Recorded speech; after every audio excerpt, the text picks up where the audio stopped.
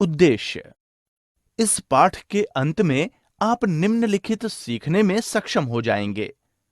प्राचीन स्त्री पुरुषों के आखेटक से संग्राहक बनने और खाना बदोश से आदिवासी बनने के बीच के चरणों के परिवर्तन काल का वर्णन करने में, उनके जीवन में परिवर्तनों के मापदंडों की व्याख्या करने में, बसने की प्रक्रिया का वर्णन करने में और खेती व जुताई में आए परिवर्तनों के रुझानों को बताने में, जनजातीय समुदायों के जीवन का वर्णन करने में, उपमहाद्वीप में प्राचीन बस्तियों के दो प्रमुख बिंदुओं को सूचीबद्ध करने में।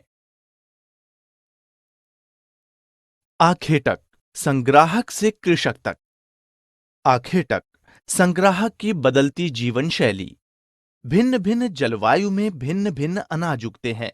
इसी तरह भिन्न भिन्न जानवरों को जीवित रहने के लिए भिन्न भिन्न वातावरण की आवश्यकता होती है।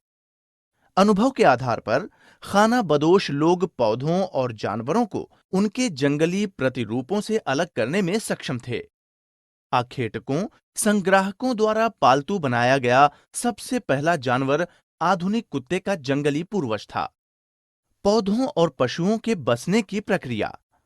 आखेटक संग्राहक लोग धीरे धीरे उन पौधों की प्रजातियों को अलग करने में सक्षम हो गए जो विषैले नहीं होते थे, अधिक मात्रा में अनाज पैदा करते थे और पके हुए अनाज का भार उठा पाते थे। इसी तरह मनुष्य ने उन जानवरों को पालतू बनाने का प्रयत्न किया जो उनकी दैनिक गतिविधियों में उनकी सहायता कर सकते थे। बसने की प्रक्रिया एक क्रमिक प्रक्रिया है जो लगभग 12,000 साल पहले आरंभ हुई थी।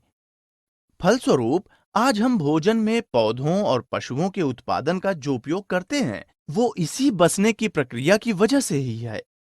एक नवीन जीवन शैली। जब खाना बदोशों ने पौधे उगाना आरंभ किया तो उन्हें लंबे समय तक एक ही स्थान पर रहने की जरूरत पड़ती थी ताकि वे पौधों की देखभाल कर सकें और अनाज उगा सकें। अनाज का भंडारण करने के लिए पहले के किसानों ने मिट्टी के बर्तन और टोकरियां बनाई या जमीनों में गड्ढे खोदे। भारत में कई स्थानों पर पुरातत्वविदों को प्राचीन समय में खेती के साक्ष्य मिले हैं। उन्हें जला हुआ अनाज भी मिला है। अनाज की जांच करने पर यह पता चला है कि उपमहाद्वीप में वर्ष में अलग-अलग समय पर कई फसलें उगाई जाती थीं। अधिवासियों और विभिन्न जनजातियों की जीवन शैली। अधिवासी और उनका जीवन। फसलों को उगाने वाले लोगों को लंबे समय तक एक ही स्थान पर रहना पड़ता था क्योंकि फसलों को देख रेख की आवश्यकता होती है, जैसे उचित विकास के लिए निरंतर पानी देना और देखभाल करना। पुरातत्वविदों को कुछ पुरा स्थलों पर झोपड़ियों या घरों के निशान मिले हैं। बुर्ज होम, आधुनिक कश्मीर में गर्तवासों की खोज की गई थी। गर्तवास गोल या अंडे के आकार के निर्माण की तरह होते हैं। इन्हें पत्थर के औजारों का उपयोग करके जमीन के नीचे खोदा जाता था और मिट्टी के साथ लेप दिया जाता था। ये सर्दी के दौरान उन्हें आश्रय प्रदान करते थे। उनके दैनिक जीवन में उपयोग होने वाले उपकरण। नवपाषाण युग के औजार मिले जिनकी धार पैनी होती थी और बाहरी भाग पर पॉलिश चढ़ाई जाती थी। ओखली और मूसल भी मिले जिनका प्रयोग अनाज और वनस्पतियों से प्राप्त चीजों को पीसने के लिए किया जाता था। कुछ औजार जानवरों की हड्डियों से भी बनाए जाते थे।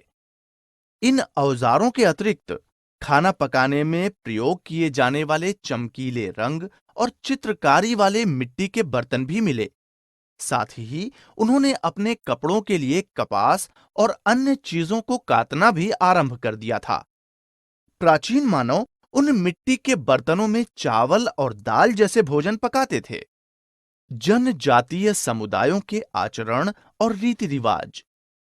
प्राचीन आखेटक संग्रहणकर्ता धीरे धीरे अधिवासी और किसान बन गए और समूहों में रहने लगे जिन्हें जनजाति कहा जाता था। जनजातियों ने विभिन्न व्यवसायों को अपनाया जैसे शिकार करना, भोजन संग्रह करना, मछली पकड़ना और खेती और अन्य व्यवसाय। जनजातीय जीवन में कई रीति रिवाज और अनुष्ठान पाए गए। उनके अपने देवी देवता होते थे। जमीन, जंगल, घास के मैदान और फसलें पूरे कुनबे की संपत्ति माने जाते थे। उपमहाद्वीप में दो नवपाषाण युगीन स्थान। मेहरगढ़।